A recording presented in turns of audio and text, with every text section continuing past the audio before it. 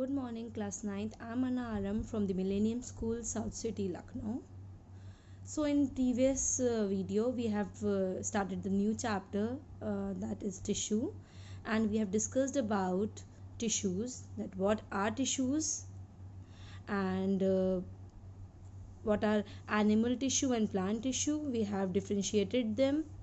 Mostly your animal tissue are living and your plant tissue are mostly dead. Then we have classified plant tissue, and plant tissue are of two types. One is the meristematic tissue and other is permanent tissue. In the last video I have discussed about the meristematic tissue. Your meristematic tissues are the group of cells that have the ability to divide. We have also discussed about the characteristics of meristematic tissue, that they have small cells, they have dense cytoplasm, thin cell wall, large nuclei, no vacuole and no intercellular space. We have also discussed about the location, and on the basis of the location they are divided into three types. Number 1 is apical meristem, number 2 is intercalary meristem, and number 3 is lateral meristem, and we have discussed them in detail. So apical meristem is located at the apex of root and stem, and they help to increase the length of the plant. Intercalary meristem is located at the base of the leaves and internodes of twigs, and they also help to increase the length of the plant. Then the last is the lateral meristem, that is located at the girth, and it also helps in increase the width and the girth of the plant.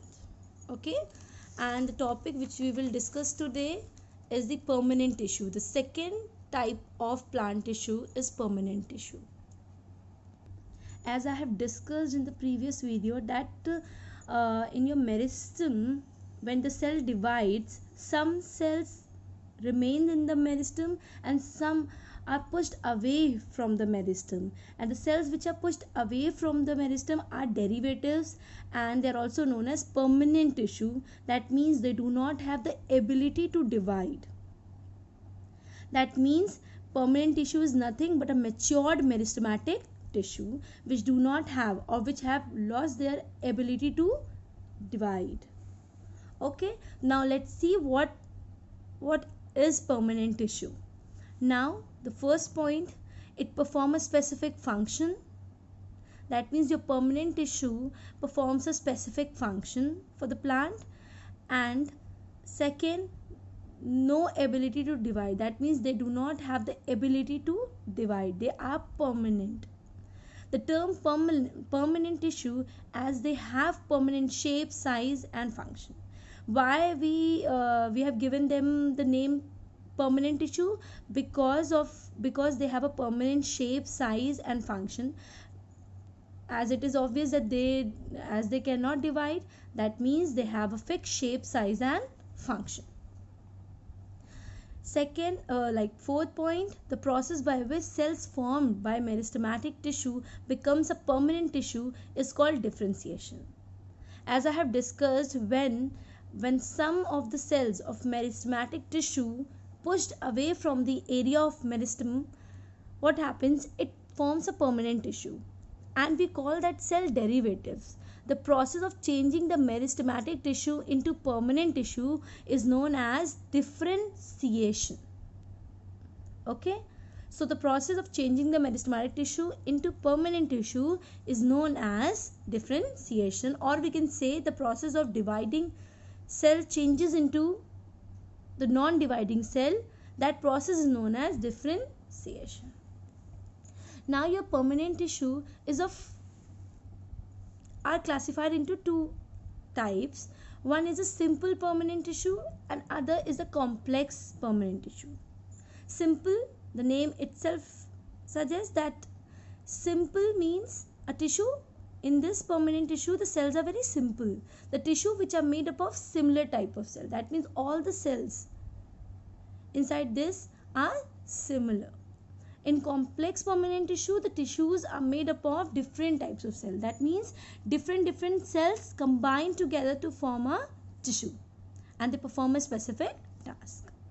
Now your simple permanent tissue are of three types. One is parenchyma, other is collenchyma, and the third one is sclerenchyma. Even we will discuss about the epidermis also, because it comes under the category of simple permanent tissue only. Okay, so let's study simple permanent tissue in detail. As I said, the simple permanent tissue are made up of similar type of cells. So the first type of simple permanent tissues is parenchyma. Parenchyma is a basic packing tissue. What do I mean by packing tissue? That means this tissue can form a base of all the plants. It forms a base of the plant. Okay, the second, unspecialized live cell. What is unspecialized live cell? Unspecialized cell means they do not have a specialized function to perform. They only helps in forming a base of the cell, base of the tissue. Okay, next they have a thin cell wall and large intercellular space. As they are the living cells, they have the capability to divide, so they have a thin cell wall and large intercellular space. That means they have a space between their cells. As you can see here, this is a parenchyma, and they have a thin cell wall and intercellular spaces between their cells. Okay, let's move to the function. Your parenchyma gives supports to the plant. They stores food, even stores nutrients and water. So your parenchyma gives support to the plant, and they stores food. Even they store food for future, and they store food for backup, like whenever they need the food for energy, they can get it easily. So parenchyma stores food, nutrients and water. Now, on the basis of different structures of different modifications, your parenchyma also divided into two types. One is chlorenchyma and other is arenchyma. Chlorenchyma is nothing but a parenchyma with chlorophyll. Now children, you all must be aware of chlorophyll. That chlorophyll is a green pigment that gives green color to the leaves, and even this pigment helps in the process of photosynthesis, right? So the parenchyma which with chlorophyll is known as chlorenchyma. Okay, and the next one is arenchyma. Aren here means air cavity. So the parenchyma with air cavities in aquatic plants, mostly they are we can see these type of tissues in aquatic plants. As you can see here, these small lines or small cells are the cells and tissues, but the light blue colors cavities are the air cavities, and mostly this air cavity helps the aquatic plants in floating. All right, so for aquatic plants, floating is an important aspect. I hope this much is clear. So parenchyma are the basic packing tissue. They are unspecialized live cells. That means they are living. They have thin cell wall, large intercellular spaces. Even the functions are they give support to the plant, and they store food. And on the basis of the structures present on them, they are of two types: collenchyma and arenchyma. Collenchyma is the parenchyma with chlorophyll, and arenchyma is the parenchyma with air cavities. I hope this much is clear. Now the next simple permanent tissue is collenchyma. So this tissue is responsible for the flexibility. As you know, there are certain parts in plants that can move, or they have they are flexible, and some of the bending parts of the plants, like for example leaves, you can bend the leaf, you can twist and turn the leaf without breaking, unless or until you do not put a lot of force on it, right? Even for stems, you can bend it. Even if there is a wind, it can bend without breaking, right? So all this happened because of the flexibility, and this flexibility is provided by your collenchyma tissue, right? Next is, it is giving, it's a supporting and the strengthening tissue. That means it gives support and strength to the tissue, right? Next is, it is elongated living cells. That means they are elongated in structure and they are living cells. Fourth, irregularly thickened at the corner. As you can see in the diagram, that this red color, thickened or thickening at the corner, is just because this wall thickening only provide a flexibility to the plants, and even they have a less intercellular space. That means the spaces between the cells, as you can see in parenchyma, they have a large intercellular spaces, but here the intercellular spaces is less. And you can see the green color, that is a cell wall, and the blue color dot, that is a nucleus, and that white color large patch is known as vacuole. So this collenchyma is responsible for flexibility. They provide support and strength to the plant, and they are elongated living cell. They are irregularly thickened at the corner, and that gives them the flexibility even, and they have a less intercellular space. Now where they are found, location, they are found at leaf stalk below epidermis. Epidermis is nothing but a outermost layer of the leaves of plants. Epi means outermost, so the epidermis is the outermost layer of the plant, or you can see leaves. Second, they are located at the expanded leaves, so that means the surface of the leaves. They are located on the surface of the leaves. Even they are located on the stem apex, on the tip of the stem. Now the functions of collenchyma, they allows bending of stems, leaves without breaking.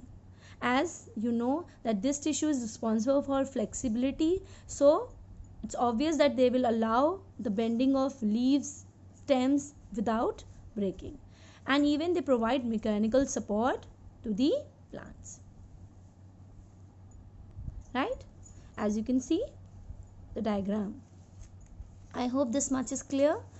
Now moving to the next, that is the third simple permanent tissue, is sclerenchyma.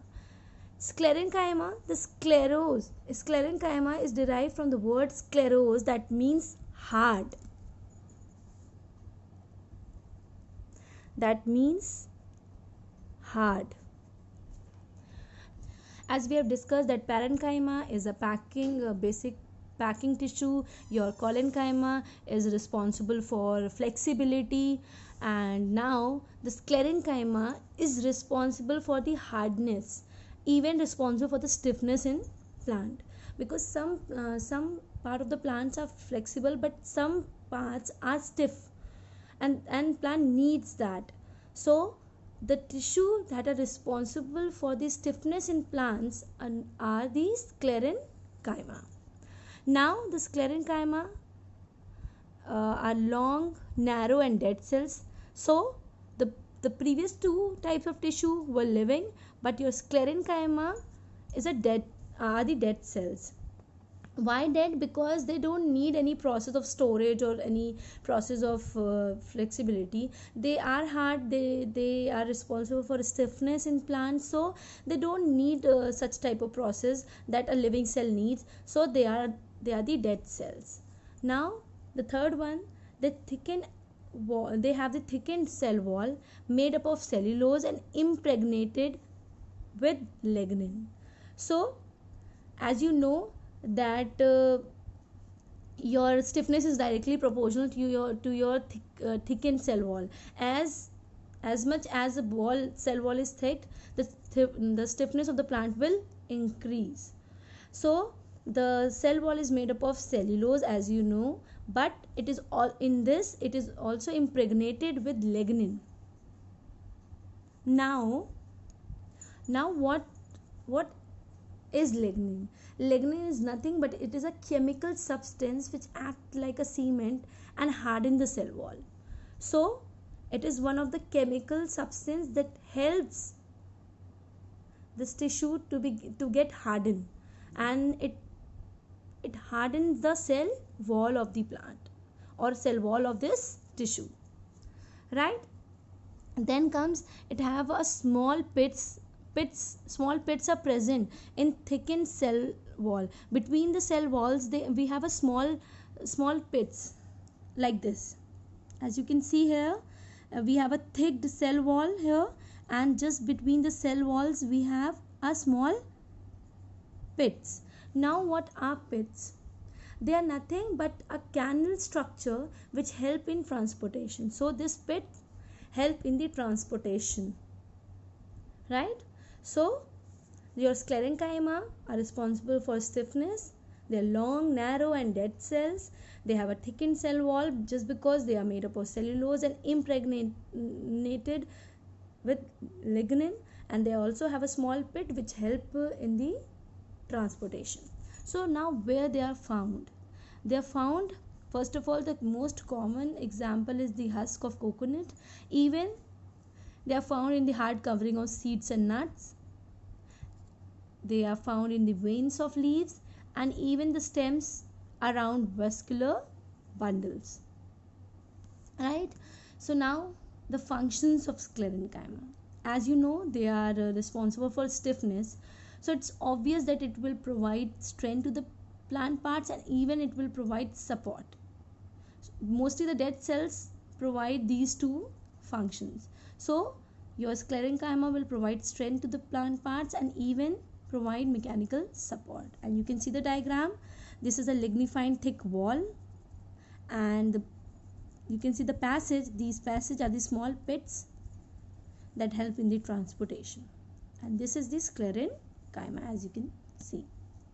Now we are moving to the second part of permanent tissue. As I have discussed that your permanent tissue are divided into two types. One is simple permanent tissue, and in that we have studied about parenchyma, collenchyma, sclerenchyma, right?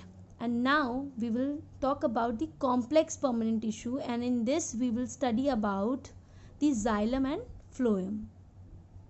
First of all, this complex permanent tissue are the tissues that are made up of many type of cells, but they coordinate together to perform a specific function. That means their functions are the same, but the structures and the types of cells that are joining together are different.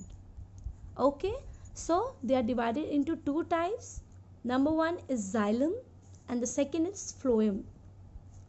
First of all, as you have studied this in your previous classes, like in class 8, that xylem helps in the conduction of water and phloem helps in the conduction of food. Now the xylem and phloem together known as vascular bundles, and even they are known as the conducting tissue because they conduct something, like your xylem is conducting water and your phloem is conducting food. So they are the conducting tissue, or even we can say they are the vascular bundles because together they constitute vascular bundles, right? So now let's discuss xylem in detail. So now what are xylem? Xylem first of all help in the conduction of water. Even they are mostly dead cells. All the cells in xylems are mostly dead because mostly they help in the transportation and conduction of water. So mostly all the cells in the xylems are dead. Now we have some elements with which your xylem is made up of, and we have 4 different elements which a xylem consists. First is your tracheids and vessels. The tracheids and vessels together when together known as headrome. The together name is headrome, and these are the elements that help in the conduction of water and minerals vertically. That means from the root to the different part of the plant. Now they are tubular structure. As you can see here, your tracheids are elongated structure with tapering ends, and vessels will have a leads like structure and then a cylindrical structure. You can see lid like structure and the cylindrical structure, and both the structures are in the form of tube. They are the tubular structure. The second is the xylem fibers. These are this is the element that have dead cells, and they only help in, they have a supportive function, like they only support xylem, and support means they support the xylem for in the conduction of water. And the last one is xylem parenchyma. This is the only element in the xylem that is living, right? And as you know, in general the parenchyma's function is to store food. Here also it's doing the same thing. In xylem, parenchyma is storing food, like your minerals, whatever it's gaining from the water, minerals and different foods, and even they help in the conduction of water sideway. As you know, water is and minerals are conducting vertically, but it is very important for them to be conducted sideway too. Right? It means like to conduct water sideway means to conduct water in different branches of the plant. So xylem parenchyma helps in the conduction of water sideway. So they are living, they give a lateral support as they support tracheids and vessels. Because your tracheids and vessels help in the conduction, even your xylem parenchyma is also helps in the conduction of water, but they are conducting water vertically, and your xylem parenchyma helps to conduct water sideway so that all the plant can get water for their survival. Right? As you can see, this is your xylem parenchyma. Because your xylem parenchyma is living, so they have nucleus, they have cytoplasm, and everything that a living cell consists. Okay, then moving to the next, that is the second complex permanent tissue, that is phloem. Here the phloem is a living cell. First of all, it helps in the conduction of food, and they are the living cell except your phloem fibers. Right? They also have they also have 4 elements that makes up phloem. Number 1 is sieve tube. As you can see, this is the sieve tube, and they have a perforated plate. They have a sieve plate that are perforated. You can see, and these series of sieve tubes are arranged together and help in the conduction of food. We can draw it in a simple manner like this. They have lead and a tubular structure, and these are the sieve plates, and these are the sieve tube, and these are the sieve plates, and the sieve plates are perforated. Right? So you can see they are perforated. They have a sieve like structure, pores.